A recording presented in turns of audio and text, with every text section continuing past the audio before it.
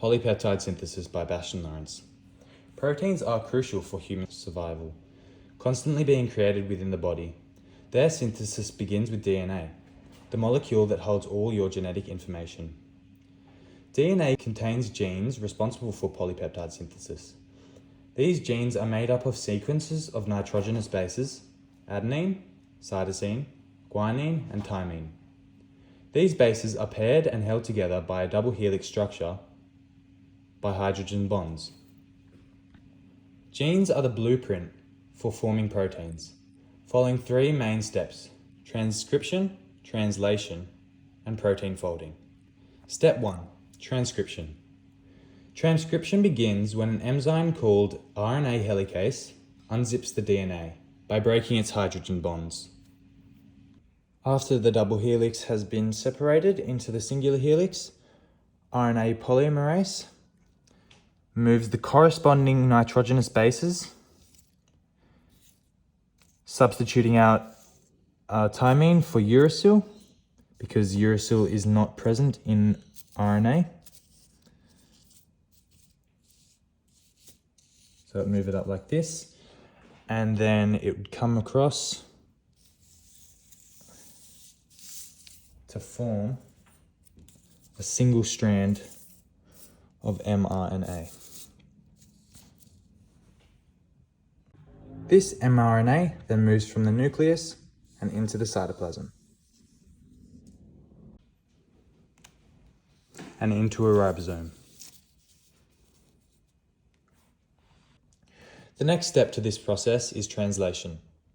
Translation occurs in the RNA, or the ribosomal RNA. Floating in the cytoplasm are transfer RNA, tRNA. Each tRNA carries a specific amino acid, an anticodon at the bottom, which matches with the mRNA's codons. This process begins when the mRNA's start codon is recognized. These three here: adenine, uracil, and guanine.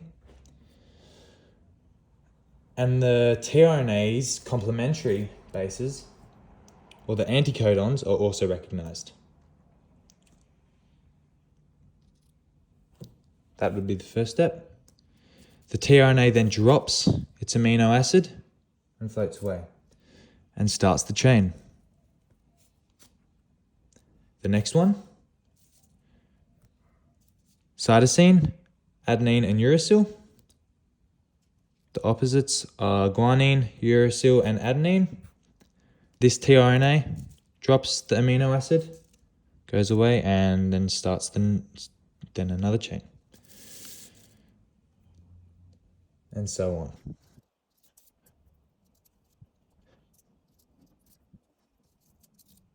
Here we can see that we are starting a polypeptide chain until we run into the stop codon, which is the last three: uracil, adenine, and adenine, which is adenine, uracil, and uracil, which will stop the chain. Here we have a polypeptide chain, which matches the genetic information of the DNA.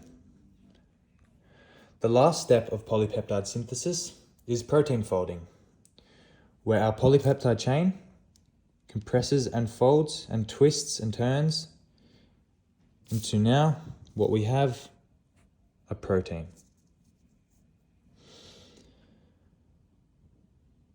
The result structure is now a fully functional protein, ready to be used for tasks like building and repairing tissues and creating enzymes. Thank you for listening, and I'll see you next time.